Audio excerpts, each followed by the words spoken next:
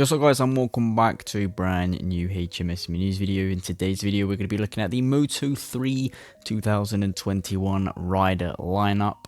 We've obviously done the Moto GP one and Moto 2. Both links will be down in the description if you haven't watched them already. And yeah, today we're going to be doing the Moto 3 rider lineup. Obviously, one of the most exciting categories to watch.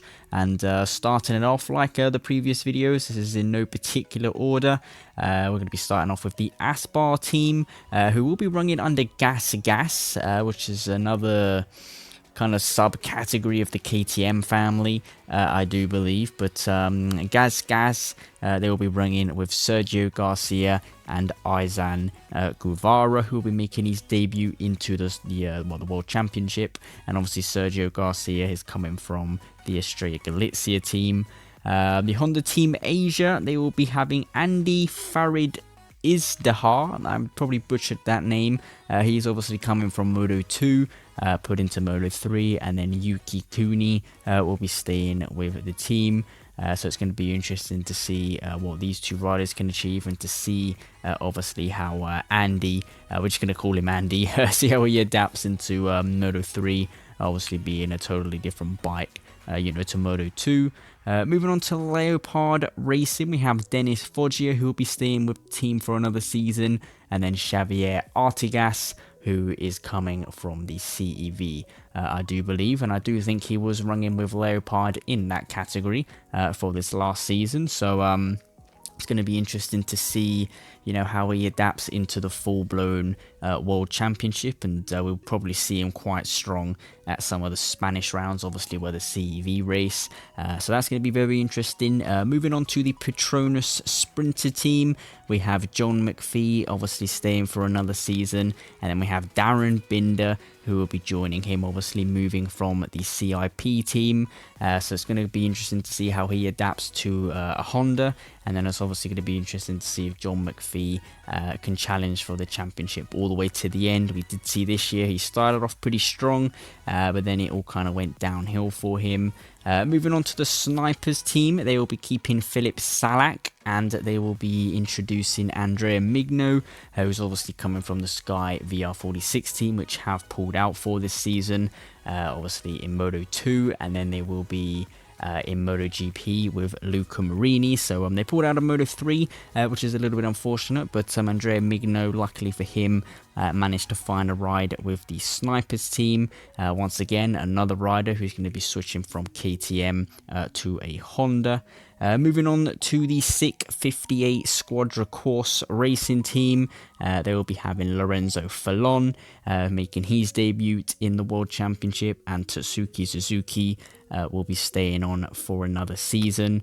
So it's going to be interesting once again to see how this new rider goes, this new rookie, see what he can achieve in the full-blown World Championship. Moving on to Team Grassini, they will be keeping both their current riders, which they've had for the last season, Gabriel Rodrigo and Jeremy Alcoba, both really good riders, and going to be interesting to see what they can achieve next year, because honestly, most of the main top dogs which we've had for this 2020 season, they're all moving up to Moto 2 next year, so we don't really know which kind of riders to be looking out for next season, so it's definitely going to be quite exciting in that regards. But moving on to the Max Racing team, the Sterile Garda Max Racing team, obviously running with Husqvarna's. They'll be keeping their current riders, Alonso Lopez and Romano Fenati. Moving on to the Bow Skull Rider Facile Energy team, quite a long name that. They'll be keeping Riccardo Rossi, and they'll be introducing Stefano Nepper, who is obviously coming from the Aspar team. So that's going to be interesting to see how these go. And moving on to the car expert Prostel GP, we have, I'm not even going to bother trying to pronounce the first part of the name, but we do have Yamanaka, obviously coming from the Estrella Galicia team, which is another team which has pulled out of Moto 3, by the way, and it's pretty unfortunate. And they will be introducing Jason Dupasquier. Well, not introducing, I think he was with the team next season, but Jason Dupasquier, it's going to be interesting to see what these can do. And obviously Yamanaka will be looking to have a slightly better season. It didn't quite go to plan on the Honda, the Australia Galizia Honda, so it's going to be interesting to see how he adapts to a KTM, see how that goes. Moving on to the CIP Green Power team, we have Kaito Toba moving across from the Red Bull KTM team, and then we have Maximilian Koffler, who will also be joining, well, not joining, but stay in the team, the CIP team. Obviously got heavily beaten by Darren Binder last season, so he'll be looking to try and get the edge over Kaito Toba next season.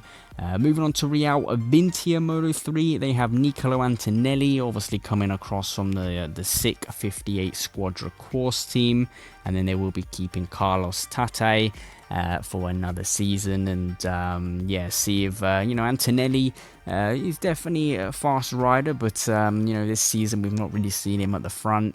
And then as for Carlos Tate, he's been there every now and then. Hopefully he can be a little bit more consistent. And moving on to the Red Bull KTM Aho team, we have Jaume Masia, obviously moving across from the Leopard team.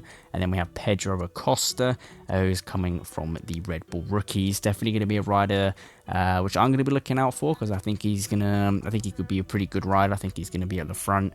And then Jaume Masia, obviously coming from the Leopard Honda, so he's going to be riding a KTM, moving into a great team, obviously a great rider also.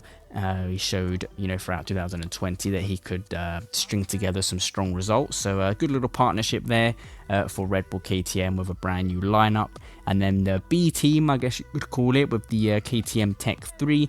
They will be keeping Dennis Onchu and Ayumu Sasaki for another season. So good partnership, good grid.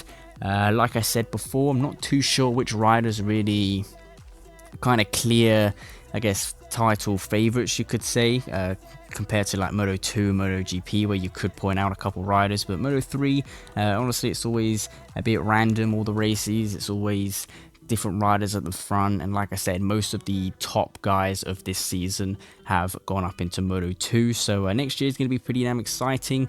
Make sure you leave it down in the comments which is your favorite lineup of all of these, and make sure you leave it down in the comments who do you think are going to be the main title favorites. But yeah guys, that is the Moto 3 lineup. Make sure you leave a like and subscribe for more content as always, and I'll see you with some brand new videos very soon.